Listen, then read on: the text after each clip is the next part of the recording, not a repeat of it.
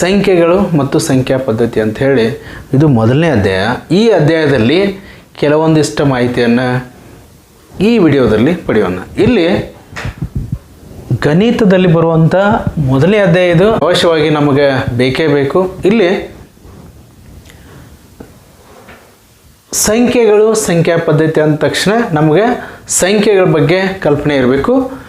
ಈ ವಿಷಯವನ್ನು ಚರ್ಚೆ ಮಾಡೋದಕ್ಕಿಂತ ಮುಂಚೆ ಮೊದಲನೇದಾಗಿ ನಾವು ತಿಳ್ಕೋಬೇಕಾಗಿದ್ದು ಸಂಖ್ಯೆ ಮತ್ತು ಅಂಕಿ ಅಂದರೆ ಏನು, ಸಂಖ್ಯೆ ಅಂದರೆ ಏನು ಮತ್ತು ಅಂಕಿ ಅಂದರೆ ಏನು ಒಂದು ಸ್ವಲ್ಪದರಲ್ಲೇ ನಿಮ್ಗೆ ಹೇಳ್ತೇನೆ ನೋಡ್ರಿ.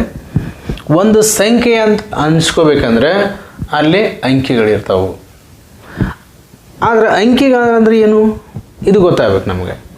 ಅದಕ್ಕೆ ನಾವು ಭಾರತೀಯ ಸಂಖ್ಯಾ ಪದ್ಧತಿ ಅಥವಾ ಹಿಂದೂ ಅರೇಬಿಕ್ ಸಂಖ್ಯೆಗಳು ಅಂತ ಕರಿತೀವಿ. ಇಲ್ಲಿ ಬಳಸುವಂಥ ಸಂಖ್ಯಾ ಸೂಚಕಗಳು, ಸಂಖ್ಯಾ ಸೂಚಕಗಳು ಅಂದರೆ ನಾವು ಸಂಖ್ಯೆಯನ್ನು ಬಳಸಲಿಕ್ಕೆ ಬಳಸುವಂಥ ಸಿಂಬಾಲ್ಗಳು ಅಂತ ಕರಿಬೋದು. ಅವು ಯಾವಪ್ಪ ಅಂದರೆ 0ಇಂದ ಸ್ಟಾರ್ಟ್ ಮಾಡ್ತೀರಿ. 0, 1, 2, 3, 4, 5, 6, 7, 8, 9 ಇವು ಸಂಖ್ಯಾ ಸೂಚಕಗಳು ಅಂತ ಕರಿತೀರಿ. ಇವಕ್ಕೆ ಹಿಂದೂ ಅರೇಬಿಕ್ ಸಂಖ್ಯೆಗಳು ಅಂತ ಕರೀತಾರೆ. ನೋಡಿರಿ 0, 1 ಅಂದರೆ 10 ಸಂಖ್ಯಾ ಸೂಚಕ. ಇದು ಪ್ರಶ್ನೆ ನಿಮಗೆ ಡಿಟೇಲಾಗಿ ಹೇಳ್ತಾ ಹೋಗ್ತಾ ಇದ್ದೀನಿ. ಇಲ್ಲಿ ಯಾವ ಪ್ರಶ್ನೆ ಯಾವ ರೀತಿ ಕೇಳ್ತಾರೆ ನಮ್ಗೆ ಗೊತ್ತಿಲ್ಲ. ಅದಕ್ಕೆ ಬೇಸಿಕ್ಕಾಗಿ ಏನು ನಮ್ಗೆ ಗೊತ್ತಿರಬೇಕು ಅದನ್ನು ಇಲ್ಲಿ ನೋಡೋಣ. ಅಂದರೆ ಸಂಖ್ಯಾ ಸೂಚಕಗಳು 10 ಅದಾವು. ಇವುಗಳನ್ನ ಬಳಸಿ ನಾವು ಸಂಖ್ಯೆಯನ್ನು ಬರಿತೀವಿ. ಇವಕ್ಕೆ ನಾವು ಅಂಕಿಗಳಂತ ಕರಿತೀವಿ.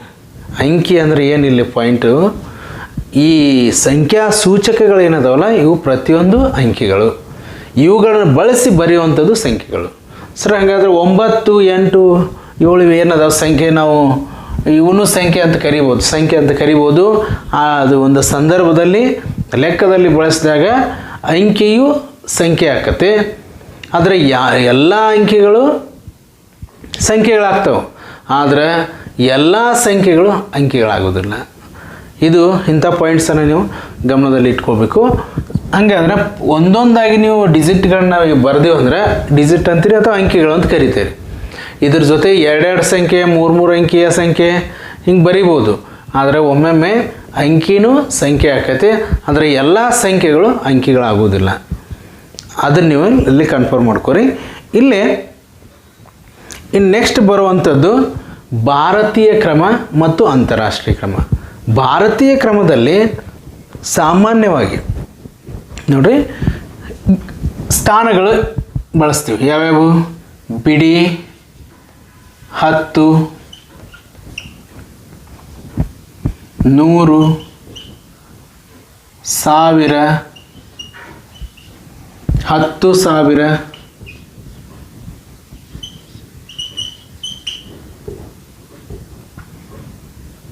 ಆಮೇಲೆ ಲಕ್ಷ,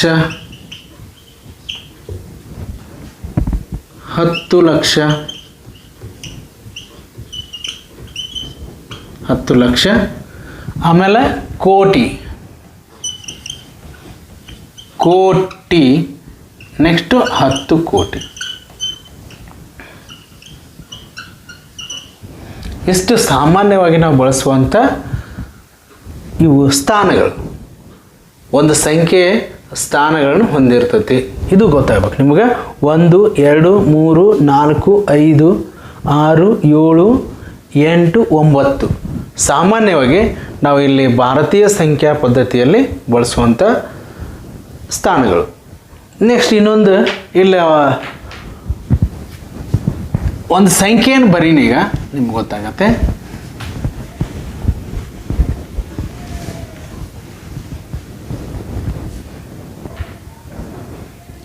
ಒಂದು ಸಂಖ್ಯೆಯನ್ನು ಬರೀನೀಗ.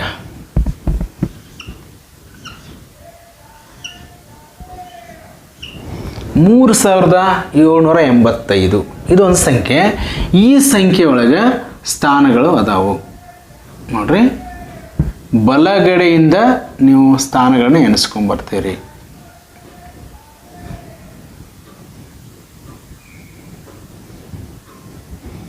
5 ಇದು ಬಿಡಿ ಸ್ಥಾನ, ಇದು 10ರ ಸ್ಥಾನ, ಇದು 100ರ ಸ್ಥಾನ, ಇದು 1000 ಸ್ಥಾನ. ಸಿಂಪಲ್ಲಾಗಿ ನಿಮಗೆ ಇಲ್ಲೇ ತಿಳಿಪಡಿಸ್ತಾ ಇದ್ದೀನಿ.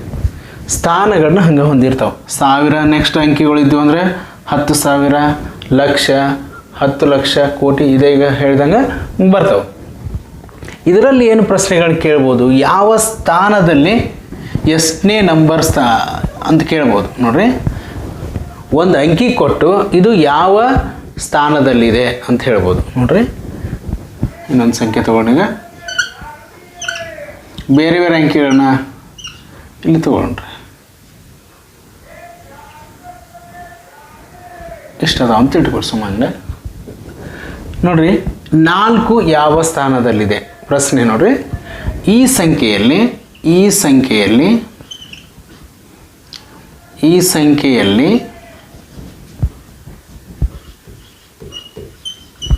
ಈ ಸಂಖ್ಯೆಯಲ್ಲಿ 4 ಅಥವಾ 2 ತಗೊಂಡು 2 ಯಾವ ಸ್ಥಾನದಲ್ಲಿದೆ?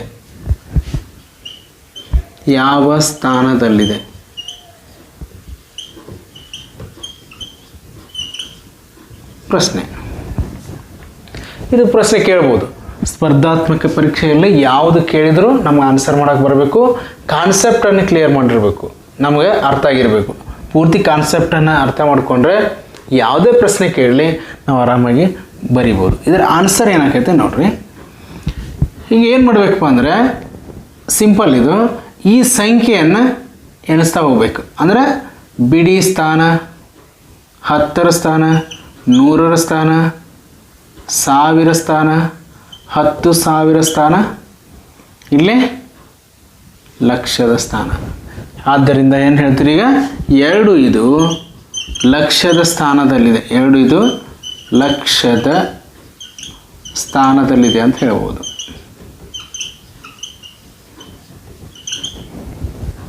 ಇದು ನಮಗೆ ಅರ್ಥ ಆಗಬೇಕು. ಯಾವ ಸ್ಥಾನದಲ್ಲಿದೆ ಅಂತ ಕೇಳಿದರೆ ಇದಕ್ಕೆ ಉತ್ತರ ನೀವು ಕೊಡ್ತೀರಿ ಈ ರೀತಿ. ಈಗ ಅದೇ ರೀತಿ 6 ಯಾವ ಸ್ಥಾನದಲ್ಲಿ ಅಂತ ಕೇಳಿದರೆ ಲಕ್ಷ ಆದಮೇಲೆ 10 ಲಕ್ಷ ಬರ್ತೈತಿ. 6 10 ಲಕ್ಷ ಸ್ಥಾನದಲ್ಲಿದೆ, 3 10,000 ಸ್ಥಾನದಲ್ಲಿ. ಈ ರೀತಿ ನಾವು ಪ್ರಶ್ನೆಗೆ ಉತ್ತರವನ್ನು ಬರಿಬೋದು. ನೀವೇ ಪ್ರಶ್ನೆಗಳನ್ನ ಕ್ರಿಯೇಟ್ ಮಾಡಬೇಕು. ಮಧ್ಯದಲ್ಲಿರುವಂಥ ನಡು ಈ ಕಾನ್ಸೆಪ್ಟನ್ನು ಬೇರೆ ಬೇರೆ ಕ್ವಶನ್ಗಳು ಈಗ ಬಂದು ಹೋಗಿರ್ತಾವೆ. ಈಗೇನು ಮಾಡ್ತಾರೆ ರೀ, ಸ್ಪರ್ಧಾತ್ಮಕ ಪರೀಕ್ಷೆಯಲ್ಲಿ ಹೊಸ ಪ್ರಶ್ನೆಗಳು ಹುಡುಕ್ತಾರೆ. ನಾವು ಅದಕ್ಕೆ ರೆಡಿಯಾಗಿರಬೇಕು. ಅದಕ್ಕೆ ಇದೊಂದು ಸ್ವಲ್ಪ ವಿಡಿಯೋ ದೊಡ್ಡದಾದರೂ ಸಹಿತ ಸರಿಯಾಗಿ ಅರ್ಥ ಮಾಡ್ಕೊಡ್ರಿ. ಮುಂದಿನ ಪ್ರಶ್ನೆಗಳು ನಿಮಗೆ ಅರ್ಥ ಆಗ್ತವೆ. ಈಗ ಮುಂದಿನ ಕಾನ್ಸೆಪ್ಟನ್ನು ಹೋಗೋಡ್ರಿ. ಈಗ ಇಲ್ಲಿ ಒಂದು ಸಂಖ್ಯೆಯಲ್ಲಿ ತನ್ನದೇ ಆದ ಪ್ರತಿಯೊಂದು ಅಂಕಿ ಸ್ಥಾನವನ್ನು ಹೊಂದಿರ್ತಾವೆ ಅಂತ ಗೊತ್ತಾಯ್ತು ರೀ. ನೆಕ್ಸ್ಟು ಸ್ಥಾನ ಬೆಲೆ ಮತ್ತು ಮುಖಬೆಲೆ. ಸ್ಥಾನ ಬೆಲೆ ಮತ್ತು ಮುಖಬೆಲೆ ನೋಡ್ರಿ. ಸ್ಥಾನ ಬೆಲೆ ಮತ್ತು ಮುಖಬೆಲೆ.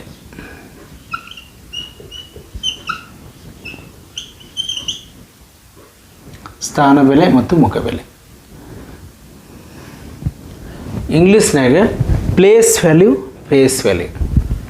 ಸ್ಥಾನ ಬೆಲೆ ಒಂದು ಸಂಖ್ಯೆನ ನೀವು ಉದಾಹರಣೆ ತಗೊಂಡು ಹೇಳ್ಕೊಡ್ತೀನಿ ನೋಡ್ರಿ. ಉದಾಹರಣೆ ಇವೇ 10 ಸಂಖ್ಯೆಗಳನ್ನು ನಾವು ಬಳಸ್ತೀವಿ. ಇಲ್ಲಿ ಎಷ್ಟು ತಗೊಂಡು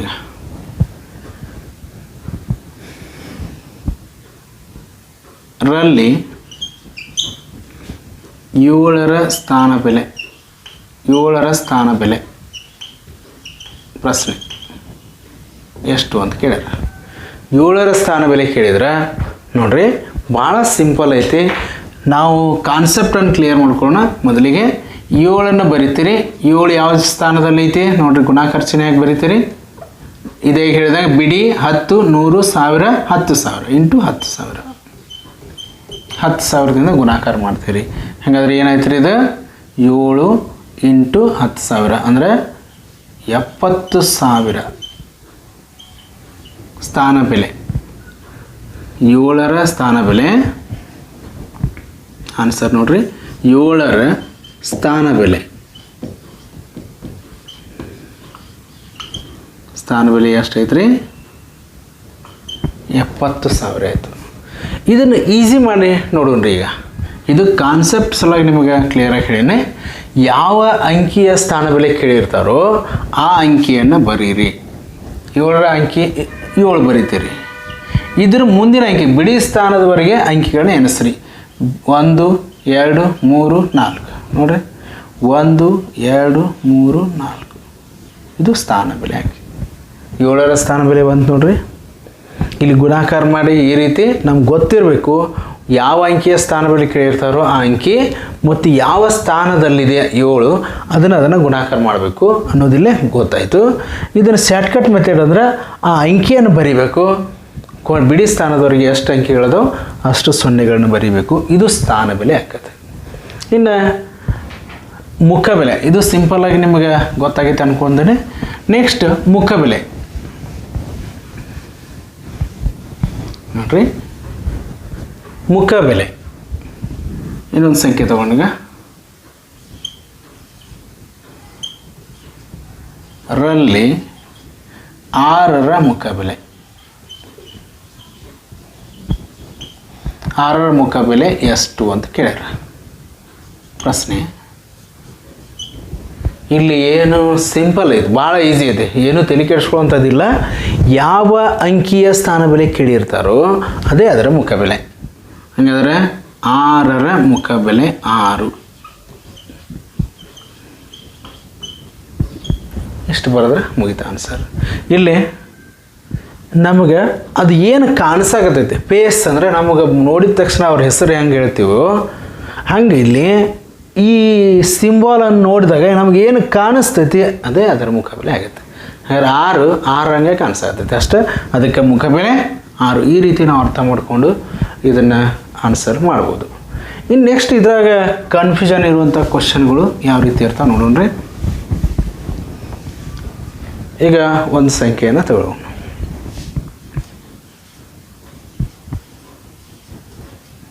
ಈಗ ಒಂದು ದೊಡ್ಡ ಸಂಖ್ಯೆ ಬರೆದೇನೆ. ರಲ್ಲಿ 2 4ಗಳ ನೋಡ್ರಿ. 2 4ಗಳ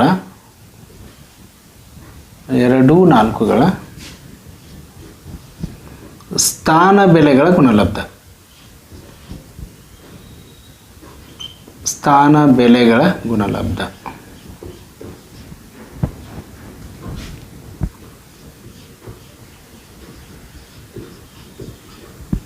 ಎಷ್ಟು ಅಂತ ಕೇಳ್ಯಾರ.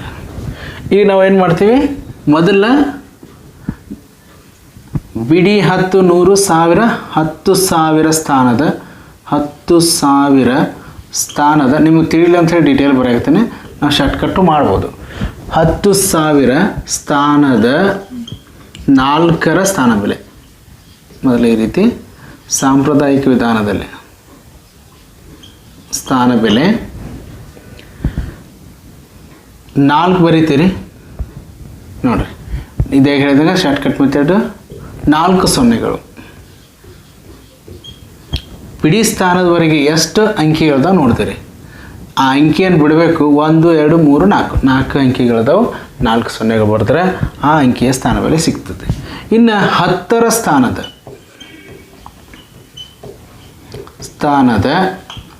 4ರ ಸ್ಥಾನ ಬೆಲೆ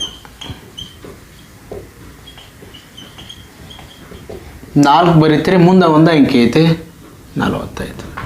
ಹಂಗಾದ್ರೆ ಈಗೇನು ಮಾಡ್ಬೇಕ್ರಿ, ಗುಣಲಬ್ಧ ಮಾಡಬೇಕು. ಹಂಗಾರೆ 40,000 ಇಂಟು 40 ಇದು ಗುಣಾಕಾರ ಮಾಡಿರಿ. 4 4 16 ಗುಣಾಕಾರ. ಇದು ಈಸಿ, ನಿಮ್ಗೆ ಗೊತ್ತೈತೆ.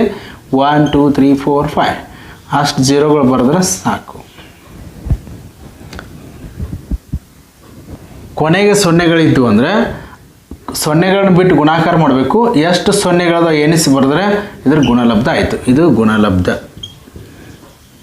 ಈ ರೀತಿ ನಾವು ಸ್ಥಾನ ಬೆಲೆ ಮತ್ತು ಮುಖ ಬೆಲೆಗಳ ಲೆಕ್ಕಗಳನ್ನು ನೋಡ್ತಾ ಇದ್ದೀವಿ. ಇಲ್ಲಿ ಸ್ಥಾನ ಬೆಲೆ ಅಂದರೆ ಏನು ಗೊತ್ತಾಯಿತು, ಮುಖ ಬೆಲೆ ಅಂದರೆ ಗೊತ್ತಾಯಿತು. ಇನ್ನು ಇದ್ರ ಮ್ಯಾಗ ಲೆಕ್ಕಗಳು ಯಾವ ರೀತಿ ಕನ್ಫ್ಯೂಸ್ ಆಕಾವು ಗೊತ್ತಾಯಿತು. ಇಲ್ಲಿ ಗುಣಲಬ್ಧ ಕೇಳ್ಬೋದು. ಈಗ ಇಲ್ಲಿ ಗುಣಲಬ್ಧ ಬದಲಾಗಿ 2 ಅಂಕಿಗಳ ಗುಣಲಬ್ಧ ಬದಲು ಈ ವ್ಯತ್ಯಾಸ ಕೇಳ್ಬೋದು. ಸಂಕಲನ ಕೇಳ್ಬೋದು, ಭಾಗಾಕಾರ ಕೇಳ್ಬೋದು. ಈ ರೀತಿ ಪ್ರಶ್ನೆಗಳು ನಾವು ಆರಾಮಾಗಿ ಮಾಡ್ಬೋದು. ನೆಕ್ಸ್ಟು ಇದು ಮುಖಬೆಲೆ ಮತ್ತು ಸ್ಥಾನಬೆಲೆ ಐತ್ರಿ. ಇನ್ನು ಭಾರತೀಯ ಸಂಖ್ಯಾ ಪದ್ಧತಿಯಲ್ಲಿ ಸಂಖ್ಯೆ ಒಳಗಿದ್ದಿದ್ದು ಪದಗಳಲ್ಲಿ ಬರೆಯೋದು, ಪದಗಳಲ್ಲಿ ಇದ್ದಿದ್ದು ಸಂಖ್ಯೆ ಒಳಗೆ ಬರೆಯೋದು ಒಂದಿಷ್ಟು ನೋಡೋಣ್ರಿ. ಉದಾಹರಣೆ ಒಂದು ಸಂಖ್ಯೆ ತೊಗೊಂಡ್ರಿ. ಈಗ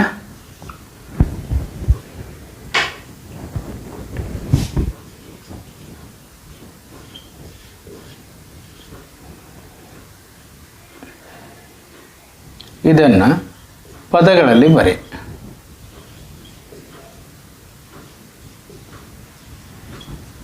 ಪದಗಳಲ್ಲಿ ಬರೆ ಅಂತ ಕೇಳ್ಬೋದು. ಹಂಗಾದ್ರೆ ಇದು ಹೆಂಗೆ ಬರೀದ್ರಿ?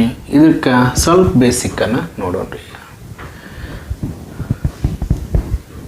ಸಂಖ್ಯೆಗಳನ್ನು ಓದುವುದು ಮತ್ತು ಬರೆಯುವುದು ಅನ್ನೋ ಕಾನ್ಸೆಪ್ಟ್ನಾಗಿದ್ದು ಗೊತ್ತಾಗತ್ತೆ ನಿಮ್ಗೆ. ನಾನೀಗ ಈ ಲೆಕ್ಕ ಬಿಡಿಸೋಕ್ಕಿಂತ ಮುಂಚೆ ಈ ಸ್ಥಾನ ಬೆಲೆ ಕೋಷ್ಟಕ, ಸ್ಥಾನ ಬೆಲೆ ಪಟ್ಟಿಯನ್ನು ನೋಡೋಣ್ರಿ.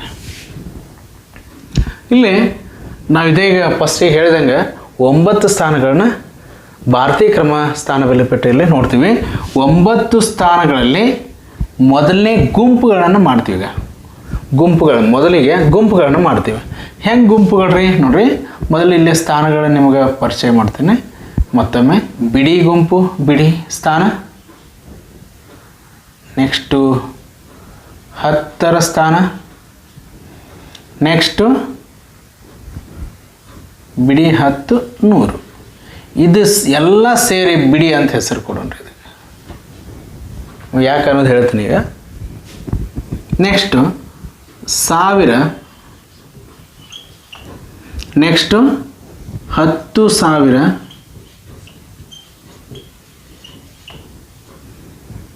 ಇದಕ್ಕೆ ಫಸ್ಟ್ ಏನೈತೆ ಅದಕ್ಕೆ ಕೊಡೋಣ್ರಿ. 1000 ಗುಂಪಿನಾಗ ಏನಷ್ಟು ಅದಾವ್ರು? 1000, 10,000 2 ಸ್ಥಾನಗಳದಾವು. ಬಿಡಿ ಗುಂಪಿನಾಗ ಬಿಡಿ 10, 100 3 ಸ್ಥಾನಗಳದಾವು. ನೆಕ್ಸ್ಟ್ ಬರುವಂಥದ್ದು ಲಕ್ಷ. ನೆಕ್ಸ್ಟು 10 ಲಕ್ಷ.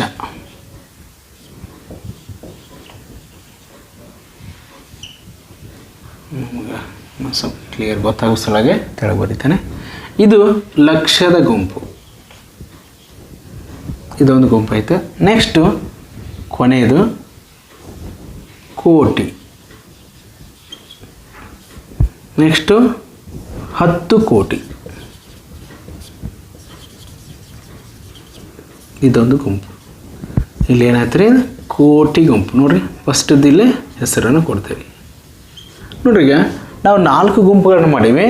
ಮೊದಲನೇ ಏನು ಒಂದು ಗುಂಪಿನಾಗ ಮೊದಲ ಶಬ್ದ ಏನು ಬರ್ತೈತಿ ಅದನ್ನು ಅಲ್ಲಿ ಹೆಸರನ್ನು ಇಟ್ಟಿವಿ. ಅಂದರೆ ಇದರ ಮೊದಲನೇ ಗುಂಪು ಬಿಡಿ ಗುಂಪು. ಎರಡನೇ ಗುಂಪು ನೋಡ್ರಿ, ಫಸ್ಟ್ 1000 ಬರ್ತೈತೆ, ಅದನ್ನು 1000 ಅಂತ ಬರೆದಿರಿ ಇಲ್ಲಿ. ನೆಕ್ಸ್ಟು 3ನೇ ಗುಂಪು ಲಕ್ಷ ಐತಿ, ಆಮೇಲೆ ಇಲ್ಲಿ ಲಕ್ಷ ಅಂತ ಬರೆದಿರಿ. ಆಮೇಲೆ ಕೋಟಿ ಫಸ್ಟಿಗೆ ಬರ್ತೈತೆ, ಅದು ಕೋಟಿ ಗುಂಪು ಆಗಿರ್ತೈತೆ. ಇನ್ನು ಏನು ಮಾಡೋಣ, ಇದ್ರೊಳಗೆ ಒಂದೊಂದು ಅಕ್ಷರ ತೊಗೊಂಡ್ರಿ. ಬಿ ಮೊದಲನೇ ಅಕ್ಷರ ತೊಗೋತೀರಿ, ಇಲ್ಲಿ ಸಾ ತೊಗೋತೀರಿ, ಇಲ್ಲಿ ಲ ತೊಗೋತೀರಿ, ಇಲ್ಲಿ ಕೋಟಿ ತೊಗೋತೀರಿ. ಒಂದೊಂದು ಅಕ್ಷರ ತೊಗೊಂಡ್ರಿ. ಇದನ್ನು ಎಲ್ಲ ಸೇರಿ ಏನು ಮಾಡೋಣ್ರಿ? ಈಗ ಒಂದು ಶಬ್ದ ಮಾಡೋಣ್ರಿ. ಈಗ ನೋಡ್ರಿ ಏನಾಯ್ತು ಈಗ? ಕೋ ಲ ಸಾ ಬಿ. ಇಷ್ಟು ಗೊತ್ತಿದ್ರೆ ನಾವು ಯಾವುದೇ ದೊಡ್ಡ ಸಂಖ್ಯೆಯನ್ನು ಆರಾಮಾಗಿ ಪದಗಳಲ್ಲಿ ಬರಿಬೋದು. ಪದಗಳಲ್ಲಿ ಕೊಟ್ಟಂಥ ಲೆಕ್ಕವನ್ನು ಸಂಖ್ಯೆಯಲ್ಲಿ ಬರಿಬೋದು. ಇಲ್ಲಿ ನೋಡ್ರಿ, ಯಾಕಿದು ಹಿಂಗೆ 3, 2 ಏನು ಅಂದ್ರೆ ನೋಡ್ರಿ, ಒಂದು ಸಂಖ್ಯೆ ಈಗ ಇಲ್ಲಿ ಕೊಟ್ಟಿವೆ, ಅದನ್ನು ಪದಗಳಲ್ಲಿ ಮತ್ತೆ ನಿಮ್ಗೆ ತೋರಿಸ್ತೀನಿ. ಈಗ ಇದು ನಿಮ್ಮ ತಿಳಿಯೊಳಗೆ ಇರಬೇಕು. ಇನ್ನಷ್ಟು ಇಲ್ಲಿ ಮಾಹಿತಿ ನೀವು ಪಡ್ಕೋಬೇಕಾದ್ರೆ ಇಲ್ಲಿ ನೋಡ್ಬೋದು. ಇದು ಒಮ್ಮೊಮ್ಮೆ ಹಿಂಗೂ ಕೇಳೋ ಸಾಧ್ಯತೆ. ಇದು 1ನೇದು, 2ನೇದು, 3ನೇದು, 4 ಸ್ಥಾನಗಳ ಸಂಖ್ಯೆ ಇದೆ. 6, 7, ಇಲ್ಲಿ 8, 9 ಸ್ಥಾನಗಳು ಅದಾವೆ. ಸ್ಥಾನ ಬೆಲೆ ಪಟ್ಟಿಯಲ್ಲಿ ಭಾರತೀಯ ಸಂಖ್ಯಾ ಪದ್ಧತಿಯಲ್ಲಿ 9 ಸ್ಥಾನಗಳನ್ನು ನಾವು ಗುರುತಿಸ್ತೀವಿ. ಇಲ್ಲಿ ನೋಡ್ರಿ, ಪದಗಳಲ್ಲಿ ಯಾವ ರೀತಿ ಬರಿಬೇಕು.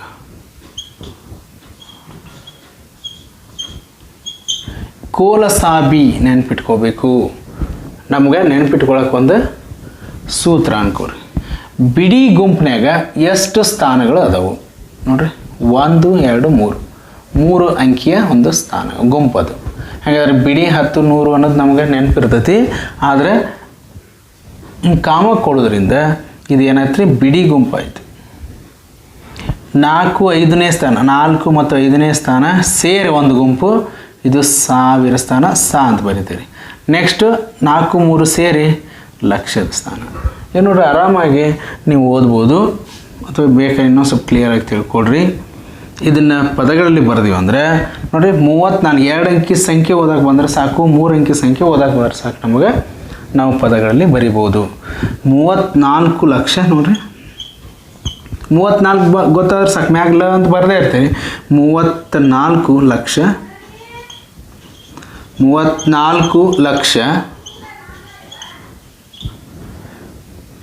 56 ನೋಡ್ರಿ 56 ಒತ್ತಿರಿ ಮ್ಯಾಕ್ಸ್ ಐತಿ 1000 56 ಐತಿ ಮ್ಯಾಕ್ಸ್ ಐತಿ. ಹಾಗಾದ್ರೆ 56,000 56 ಓದಕ್ಕೆ ಬಂದರೆ ಸಾಕು 56,000. ನೆಕ್ಸ್ಟ್ ನೋಡ್ರಿ 003 ನೀವು ಸಪ್ರೇಟಾಗಿ ಬರೋದು ನೋಡ್ರಿ ನಿಮ್ಗೆ ಗೊತ್ತಾಗುತ್ತೆ. 003 ಅಂದರೆ ಇದ್ರ ಬೆಲೆ ಎಷ್ಟು ಇರ್ತೈತೆ ರೀ? ಬರೀ 3 ಇರ್ತೈತೆ.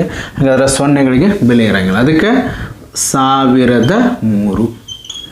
ಈ ರೀತಿ ನಾವು ಇದನ್ನು ಅನಾಲಿಸಿಸ್ ಮಾಡ್ಬೋದು. ಇದು ಭಾರತೀಯ ಸಂಖ್ಯಾ ಪದ್ಧತಿಯಲ್ಲಿ ನಾವು ಬಳಸುವಂಥ ಕೋಷ್ಟಕವನ್ನು ಯೂಸ್ ಮಾಡಿಕೊಂಡು ಅದನ್ನು ಶಾರ್ಟ್ಕಟ್ ಮಾಡಿ ನಾವು ಈ ರೀತಿ ಬರಿಬೋದು. ಏನು ಮಾಡಬೇಕು, ಯಾವುದೇ ಸಂಖ್ಯೆ ಕೊಡಲಿ ನೋಡಿರಿ, ಇನ್ನೊಂದು ಸಂಖ್ಯೆಯನ್ನು ಇಲ್ಲೇ ನಿಮಗೂ ಬರೀಲಾರ್ದು ಹಾಗೆ ಓದಿ ತೋರಿಸ್ತೀನಿ ನಿಮ್ಗೆ. ನೋಡಿರಿ ಆರಾಮಾಗಿ ಓದ್ಬೋದು ನೀವು, ಎಷ್ಟೇ ಅಂಕಿಗಳು ಕೊಡ್ಬೋದು. ನೋಡಿರಿ 3 ಅಂಕಿ ಬಿಟ್ಟು ಕಾಮ ಫಸ್ಟಿಗೆ ಅಂದರೆ ಬಿಡಿ ಗುಂಪಿಂದು, ನೆಕ್ಸ್ಟ್ 2 ಅಂಕಿ 1000ದು, ನೆಕ್ಸ್ಟ್ 2 ಅಂಕಿ ಲಕ್ಷದ್ದು, ಇದು ಕೋಟಿದು. 3 ಕಾಮ ಗೊತ್ತಿದ್ರೆ ಸಾಕು ಕಾಮ ಕೊಡೋದು. ಇದು ಲಕ್ಷ, ಇದು 1000, ಇದು ಬಿಡಿ. ನೋಡ್ರಿ ಆರಾಮಾಗಿ ಈಗ 61,24,63,486 ಅಂಥೇಳಿ ಸಂಖ್ಯೆಯನ್ನು ಓದ್ಬೋದು. ಈ ರೀತಿ ನಾವು ಸಂಖ್ಯಾ ಪದ್ಧತಿಯಲ್ಲಿ ಇದನ್ನು ಕಲಿತೀರಿ. ನೆಕ್ಸ್ಟ್ ನೋಡ್ರಿ ಇಲ್ಲಿ ನೋಡಿ ಸೊನ್ನೆಗಳು ಕೊಟ್ಟಾಗ ಕನ್ಫ್ಯೂಸ್ ಆಕತ್ರಿ, ಏನೂ ಗೊತ್ತಾಗಂಗಿಲ್ಲ. ನೋಡ್ರಿ ಎಷ್ಟರ ಸೊನ್ನೆ ಕೊಡಲಿ ನಿಮಗೊಂದು ಹಂಗೈತೆ ಅಂತ ಇಟ್ಕೊಳ್ರಿ. ಇದನ್ನು ಪದಗಳಲ್ಲಿ ಬರೆಯೋದು ನಿಮಗೆ ಸೂತ್ರ ಗೊತ್ತೈತೆ. ಕೋಲಸಾಬಿ ಬಲಗಡೆಯಿಂದ 3 ಅಂಕಿ ಫಸ್ಟ್ ಗುಂಪು ಮಾಡಿರಿ 1 2 3. ನೆಕ್ಸ್ಟು 1000 ಫಸ್ಟಿಗೆ 3 ಅಂಕಿಗಳು, ನೆಕ್ಸ್ಟು 2 ಅಂಕಿ, ನೆಕ್ಸ್ಟ್ 2 ಅಂಕಿ. ನೋಡಿರಿ 67 ಕೋಟಿ ಸೊನ್ನೆ ಅದು ಏನೂ ಮಾಡೋಂಗಿಲ್ಲ, ಏನು ಬರೋದೇ ಇಲ್ಲ. ಇಲ್ಲೇ ಕೋಟಿ ಗೊತ್ತಾಯಿತು, ಇದು ಲಕ್ಷ ಗೊತ್ತಾಯಿತು, ಇದು 1000 ಗೊತ್ತಾಯಿತು, ಇದು ಬಿಡಿ ಗೊತ್ತಾಯಿತು. ಸೊನ್ನೆಗಿಳಿದಾಗ ನಾವು ಇವನ್ನ ಯಾವನು ಓದಂಗಿಲ್ಲ.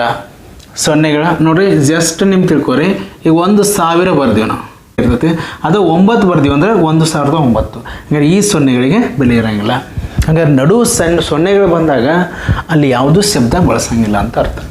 ಅಲ್ಲಿ ನೋಡಿ ಅದೇ ರೀತಿ ನಾವು 67,22,000 ನೇರವಾಗಿ ಬರಿಬೋದು. 67,22,000 ಅಂತ ಬರೀಬೋದು.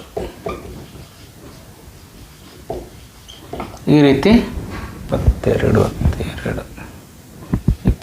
ಅಂತ ಬರಿಬೋದು. ಈ ರೀತಿ ನಾವು ಪ್ರಶ್ನೆಗೆ ಉತ್ತರವನ್ನು ಕೊಡ್ಬೋದು. ಇನ್ನು ಪದಗಳಲ್ಲಿ ಅವರ ಕೊಟ್ಟಿದ್ದರು ಅಂದರೆ ಈಗ ನೋಡ್ರಿ 6,13,000 ಅಂತ ಐತಿ. 6,13,000 ಇದನ್ನು ಪದಗಳಲ್ಲಿ ಕೊಟ್ಟಾರೀಗ. ಇದನ್ನು ನಾವು ಸಂಖ್ಯೆಯಲ್ಲಿ ಬರೆ, ಪ್ರಶ್ನೆ ಏನಂತೆ ಸಂಖ್ಯೆಯಲ್ಲಿ ಬರೆ ಅಂತ ಹೇಳಿದ್ರೆ. ಈಗ ಹೆಂಗೆ ಮಾಡೋದ್ರಿ ಅಂದರೆ ಈಗ ಎಡಗಡೆಯಿಂದ ಬಲಕ್ಕೆ ಹೋಗ್ಬೇಕು. ಕೋ ಲ ಸಾ ಬಿ ಐತಲ್ರಿ, ಕೋ ಐತನ್ರಿ, ಇದ್ರ ಕೋಟಿ ಶಬ್ದ ಐತನ್ ನೋಡ್ರಿ. ಇಲ್ಲ ಹಂಗಾದ್ರೆ ನಿಮಗೆ ಫಸ್ಟಿಗೆ ತಿಳಿಲ್ಲ ಅಂಥೇಳಿ ಬೇಕಾದ್ರೆ 0ಗಳು ಬರ್ಕೋರಿ. ಲಕ್ಷ ಎಷ್ಟು ಅದಾವ್ರಿ? 6 ಲಕ್ಷ ಐತಿ. ನಮ್ಗೆ ಅಲ್ಲಿ 2 ಸ್ಥಾನಗಳು ಇರ್ತಾವೆ, ಲಕ್ಷ 10 ಲಕ್ಷ. ಹಾಗಾದರೆ 6 ಅನ್ನೋದು ಒಂದೇ ಅಂಕಿ ಆಯ್ತು. ಆಮೇಲೆ 1000 ಕೋ ಲ ಆಯ್ತು. 1000 ಏನು ಶಬ್ದ ಐತೆ ನೋಡ್ರಿ, ಇಲ್ಲ ಹಾಗಾದ್ರೆ ಆ ಸ್ಥಾನವನ್ನು ತುಂಬ್ರಿ. ನೆಕ್ಸ್ಟು 13 ಐತಿ.